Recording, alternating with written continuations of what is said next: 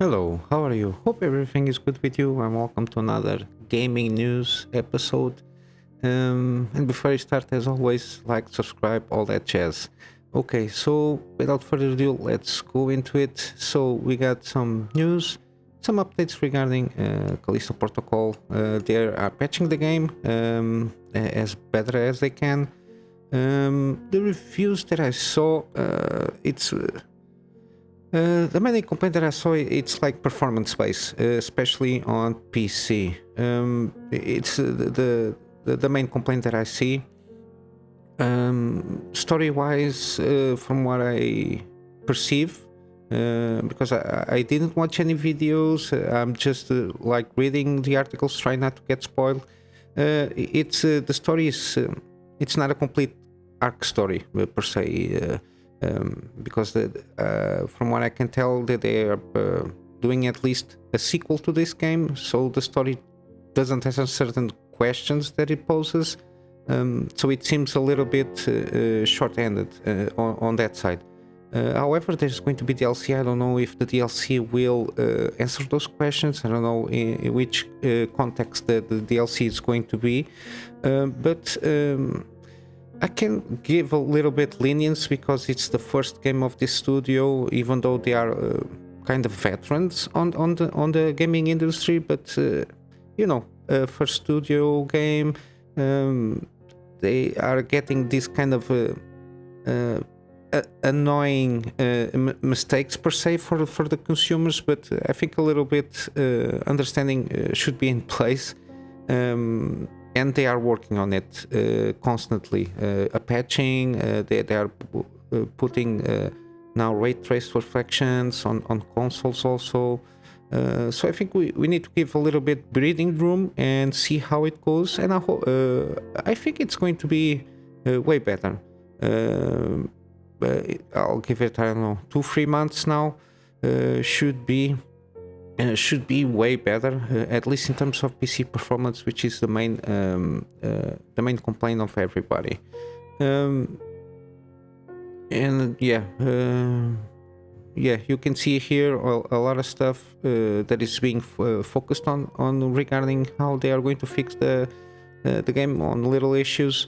But yeah, for Callisto Protocol, this is it. I got to see this article regarding the next gen update for The Witcher 3. There is a kind of native support for the most like popular mods for this game. Regarding the community mods, of course, which is the HD rework project, HD monsters rework, immersive real-time cutscenes. So it's integrated on this update because they did a lot of textures alterations, so they upres them for 4K, but still it's basically integrated in this patch.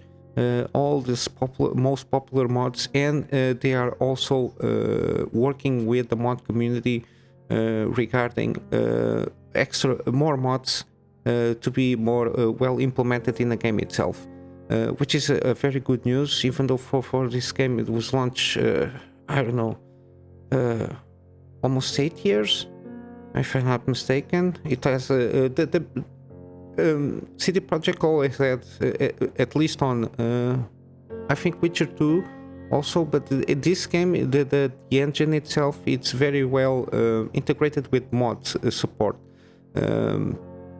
And they also mentioned here on the HDR feature, supposedly when you plug HDR monitor, it auto turns on, but they are going to tweak a little bit more here. The engine itself is a little bit old now because it's 2015, and it was built. It's not. It's a proprietary engine, so. And it still works very well. I just admire the fact that they are continuing to support this game because they know this is this game made this studio, because at the time when the game was launched, the studio was on the ropes. They are going almost to open bankruptcy, and basically this game saved their lives per se. And it's I'm very happy to see that they continue to support this game.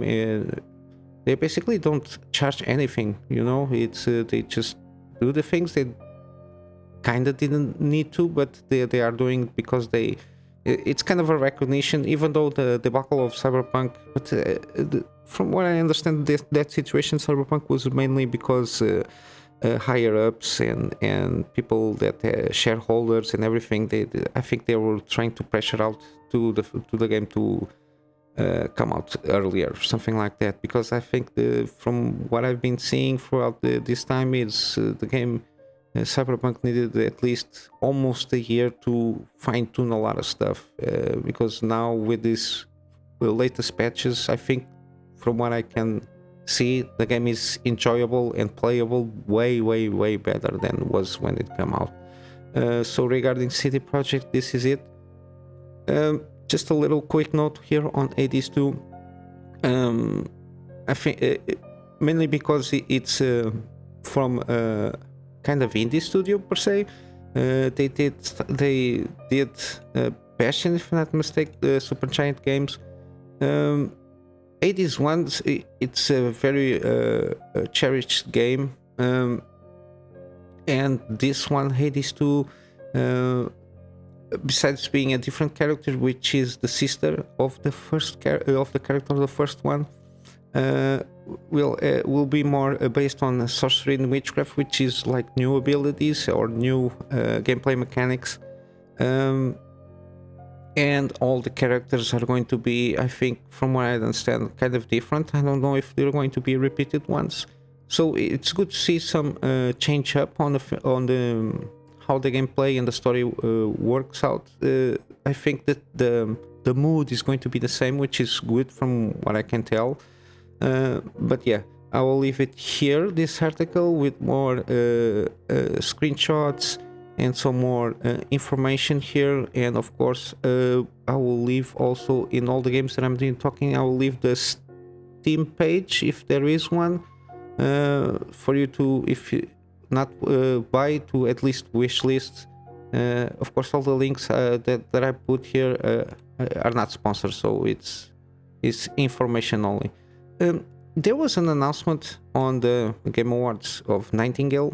I've been watching this title pop up here and there, mainly because they got sponsored per se by Intel.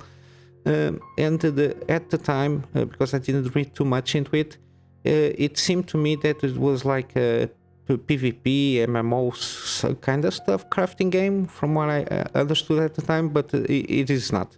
Which is for me good news, because I'm not very much into MMOs, or I can play games with multiplayer components, like Dark Souls or something like that. It's so you don't need to be online per se to play the game. You just have like online interactions, like, or for example, evasion, or a co-op if you want to. So there is, and if the co-op doesn't not negate, but doesn't remove yourself from the experience of the game if you're playing only by yourself, I can tolerate and even enjoy the game if it is. Basically, this is like a PvE with some co-op mechanic here, and it's like kind of exploring and also survival game. And of course, with this, it always comes crafting. I watched the trailer. I enjoy it very much because of the mood, and the set itself is like kind of Victorian age with some eldritch monsters and eldritch environments regarding the enemies that you have to face. So it seems pretty good, and has a kind of the right mood. Doesn't have to. It's not trying to be like very perfect on the reality or the realistic thing. So it's the graphic and the mood set here seems pretty good. I did enjoy what I saw from the trailers, but yeah, it's coming via early access first half 2023. I suppose maybe 2024 final months of 2023 might come out of early access. We will see how it goes. And the last topic for today, it's The Last of Us Part 1 for PC. Just a reminder for everybody, that is going to be launched in March 3rd next year.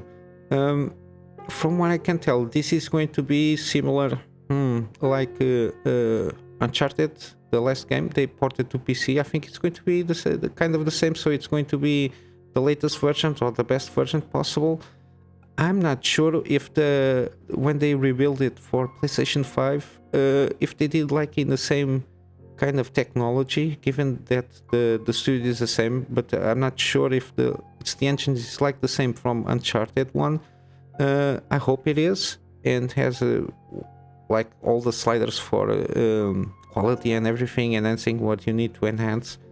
And I hope that this, because I love the game. I played like 4 times in consoles in, I think, PS3 era, so it was like the original version, without any reworks on any patches of quality on anything. And I love the game because of the story itself.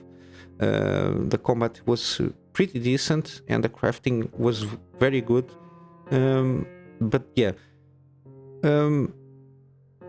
this is to pay attention if you played like all those years ago, and if you don't have now a console, this is a game that it is a must play, and it's going to launch for the regular price, still $60.